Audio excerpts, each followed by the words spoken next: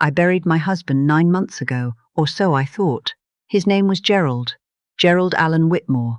68 years old, retired electrician, loved black coffee and hated yard work. We had been married for 41 years.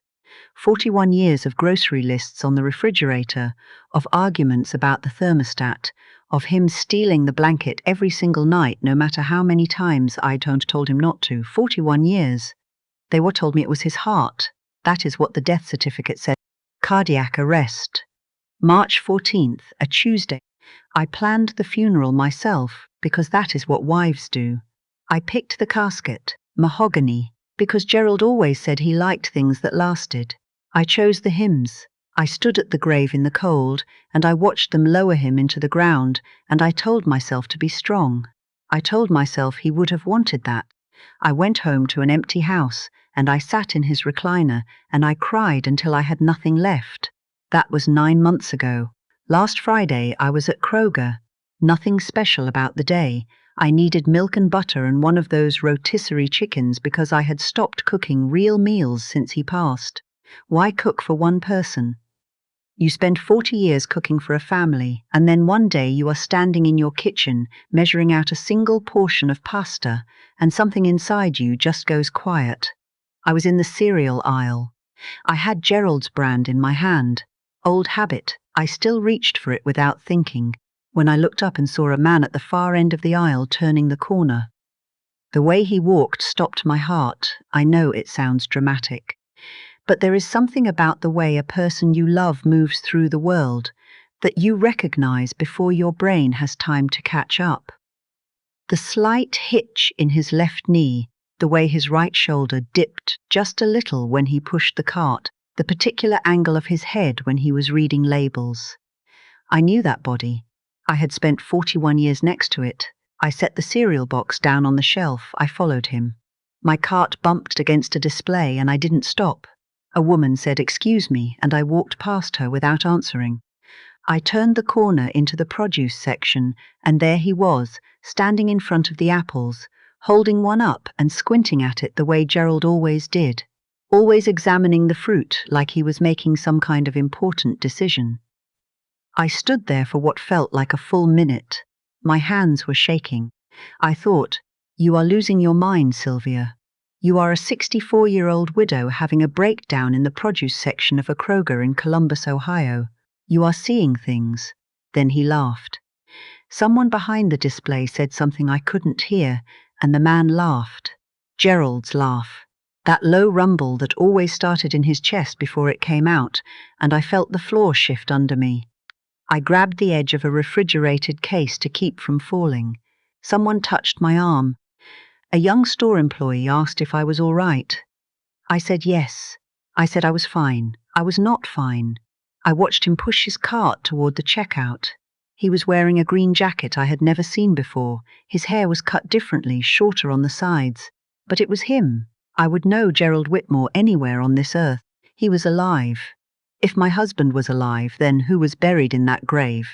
I did not confront him in the store. I think about that now and I wonder if I should have. But I was not prepared.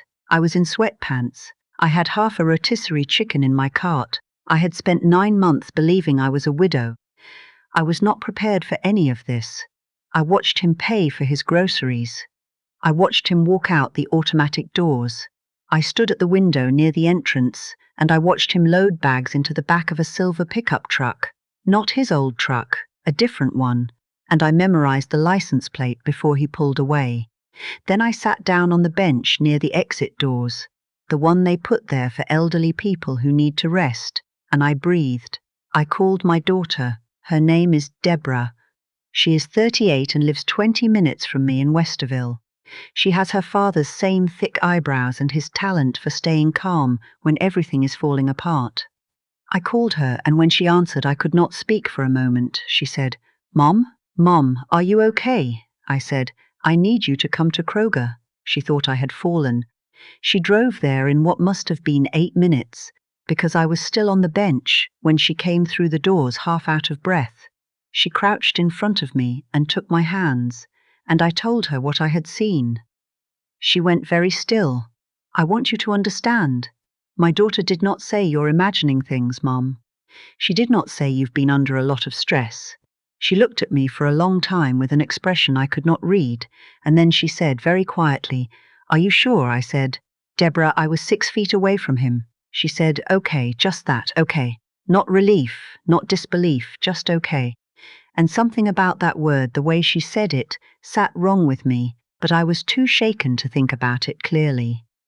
Yet she drove me home, she made me tea, she said she would look into it. She said I should rest and she would figure it out, and she hugged me for a long time before she left.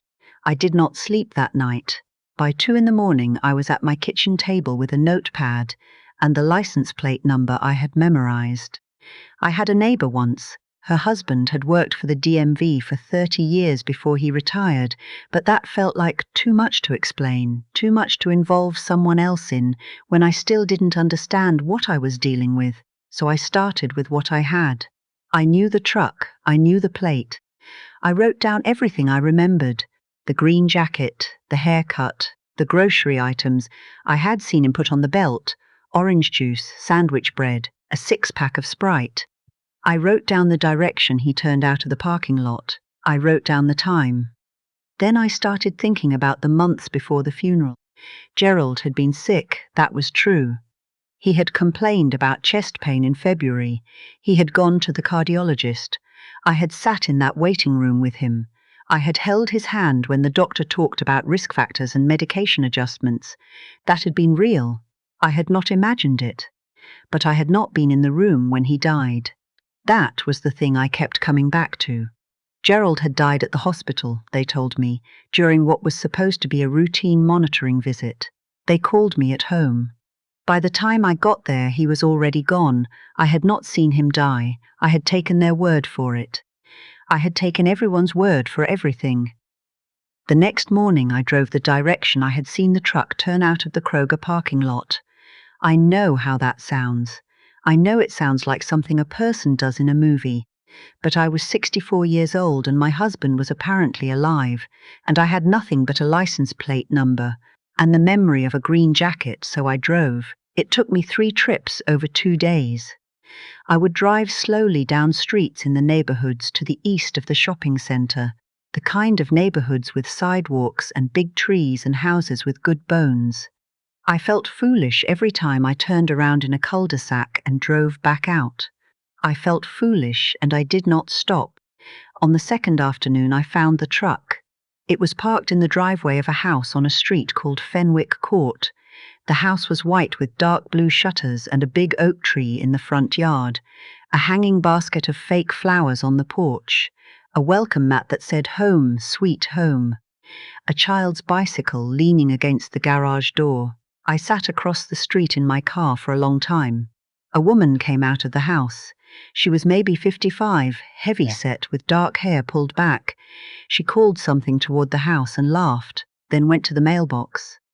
A few minutes later, a little girl came out behind her, 8 or 9 years old, and the woman bent down and zipped the girl's jacket. A family. He had a whole family. I drove home and I was sick in the bathroom, and then I washed my face and I called Deborah again. She answered on the second ring, which meant she had been waiting for my call, and that was when I started to understand, because Deborah always let it ring 4 or 5 times. She was not a quick answer person. She answered on the second ring because she had been sitting there waiting. I said, "Deborah, how long have you known?" Silence. I said her name again. I said it quietly. I was not screaming. I was past screaming. I was in the place on the other side of screaming, where everything goes very calm and very clear. She started crying. She said, "Mum, I'm sorry." She said she had found out 6 weeks before the funeral that her father had called her, that he had told her he was leaving, that he had built another life over the past 5 years, that he needed to disappear and he needed her help. He had told her he was going to fake his death and he needed someone in the family to keep quiet. He had told her that confronting him would destroy everything, that there would be investigations, that the other woman and the little girl didn't know who he really was, that it would hurt people who didn't deserve to be hurt. He had made it sound like protecting people. He had made himself sound almost noble. My daughter had been 22 minutes away from me for 9 months, bringing me casseroles and helping me go through Gerald's clothes, and sitting with me on the anniversary of his death, and she had known the entire time that he was alive. I listened to her cry, and apologize and explain. I let her talk. When she was done, I said, I need to know everything. Every detail. I need to know the name he's using.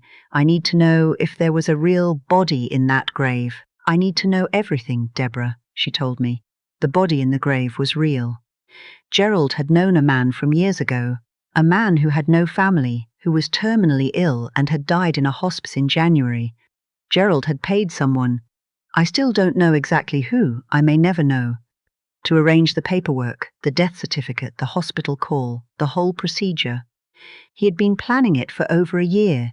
He had taken money from our joint accounts slowly over 2 years, small amounts irregular, so I would not notice. $60, $80, $100 at a time, until he had nearly $40,000 moved out of our life together. The woman on Fenwick Court had no idea. She had met him 4 years ago. She knew him by a different name. She called him Gene. She thought he was a retired contractor who had moved to Columbus from Indiana. He had built himself a complete other identity: birth certificate, social security card, driver's license. Gene Harwell. My husband had become a different man and buried Gerald Whitmore so that I would grieve him and let him go. I called an attorney the next day. Not a divorce lawyer, not yet. I called an attorney who specialized in fraud, because what Gerald had done was not just a personal betrayal, it was fraud. The life insurance. We had a $250,000 life insurance policy, and I had filed the claim, and the payout was sitting in my bank account. I had taken that money and paid off the remainder of the mortgage on our house and put the rest in savings, because I thought I needed to be careful. I thought I was a widow managing on a fixed income. I had been living like I was poor because I thought I was alone. The attorney sat across from me and listened, and did not look surprised by anything I said, which told me this was not the first time he had heard something like this. He explained the situation clearly. Gerald had committed identity fraud, insurance fraud, and probably several other federal offenses. The Social Security fraud alone carried serious prison time. The insurance company would need to be notified. There would be an investigation. The woman on Fenwick Court was likely also a victim, not a participant, but that would need to be determined. And my daughter. My daughter had known and said nothing, and helped her father grieve me into a 9-month lie. I want to tell you that I forgave her quickly because she's my child. People expect that. People want to hear that. But I sat with what she had done for a long time before I said anything more to her, because I needed to understand what I actually felt, before I pretended to feel something easier. What I felt was this. My husband had asked her to choose between him and me, and she had chosen him. She had watched me cry at a funeral for a man who was buying orange juice 3 miles away, and she had held my hand and said nothing. I reported Gerald to the FBI. I know how that sounds. I know some people reading this, or listening, or wherever you're finding this story, will say, but he's your husband of 41 years. But here is what 41 years looked like at the end. I was living alone in a paid-off house, managing grief I did not need to feel, mourning a life insurance check that never should have been mine. He had stolen my grief. He had made me perform it, made me wear it for 9 months, and the whole time he was living on Fenwick Court with a woman who called him Jean, and a little girl with a bicycle in the driveway. The FBI contacted the Columbus field office. They coordinated with local law enforcement. I gave them everything. Deborah's account of the conversations with her father, the license plate, the address, the timeline of the account withdrawals. They picked Gerald up on a Wednesday morning. I was not there. I did not want to be there. I had said everything I needed to say to him years ago, apparently, and I had not known it was goodbye. Deborah called me when she found out he had been arrested. She was crying again. She said, "Mom, I'm so sorry, I didn't know what to do." She said he had told her that if she said anything, the little girl on Fenwick Court would lose everything. She said she had been trying to protect a child she didn't even know. I said, "Deborah, he told you whatever would make you cooperate. That is what men like your father do. He found the right button and he pushed it." She came to my house that night. We sat in the kitchen and we drank coffee, and neither of us said very much. I did not tell her it was okay. I did not tell her I understood. I told her that I loved her, and that what she had done had hurt me in ways I was still learning to measure, and that we would have to figure out what came next slowly. One step at a time, the same way you figure out everything hard. That felt more honest than forgiveness I didn't have yet. The woman on Fenwick Court, I learned her name eventually through the process of the investigation, had no knowledge of any of it. She had been told she was in a relationship with a widower from Indiana. She was as blindsided as I was, in her own way, maybe more, because she had a child to explain it to. I felt sorry for her. That surprised me. I had expected to feel something uglier when I thought about her, but mostly I just felt sorry. She had been deceived just like me. She had loved someone who did not exist. The investigation took months. Gerald's attorney argued for a plea agreement. I was consulted by the insurance company attorneys and by the federal prosecutors. I sat in offices I had never imagined sitting in, across from people who used language I had to look up afterward. I learned more about insurance fraud statutes in the state of Ohio than I had ever wanted to know. He pleaded guilty. Fraud, identity theft, obstruction. He is serving time in a federal facility in Kentucky. I have not spoken to him. I do not plan to. The mortgage is still paid off. The insurance company clawed back a portion of the payout through the legal settlement process, which I had been told to expect. I kept enough. I own my house. I have my Social Security. I have a small retirement account we had kept separate that Gerald could not get to, which I had forgotten about until my attorney asked me about assets and I remembered. I started going back to church in the spring. Not because I had some spiritual awakening. I just needed somewhere to sit with other people on Sunday mornings. I had been eating breakfast alone for long enough. I refinished the front porch. I had wanted to do it for years, and Gerald always said we'd get around to it, and we never did. I bought the stain myself, and I did it myself, and it took me a weekend, and it looks beautiful. I have been thinking lately about what 41 years means, whether it meant nothing, whether it meant something. I have decided it meant something, but that the something it meant was mostly about who I was during those years, not who he turned out to be. I raised Deborah in those years. I kept her home. I loved people. That was real. That was mine. He doesn't get to take that by turning out to be someone I didn't know. Deborah and I are still finding our way back to each other. Some weeks are better than others. She comes for Sunday dinner sometimes.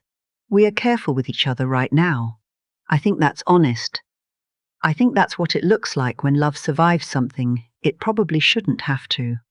Last week I put Gerald's recliner out on the curb with a free sign. By noon it was gone. I went back inside, made myself a proper dinner for the first time in nearly a year, and sat down at my own kitchen table in the quiet of my own house, and I thought, this is mine, all of this, still mine. That was enough. That was more than enough.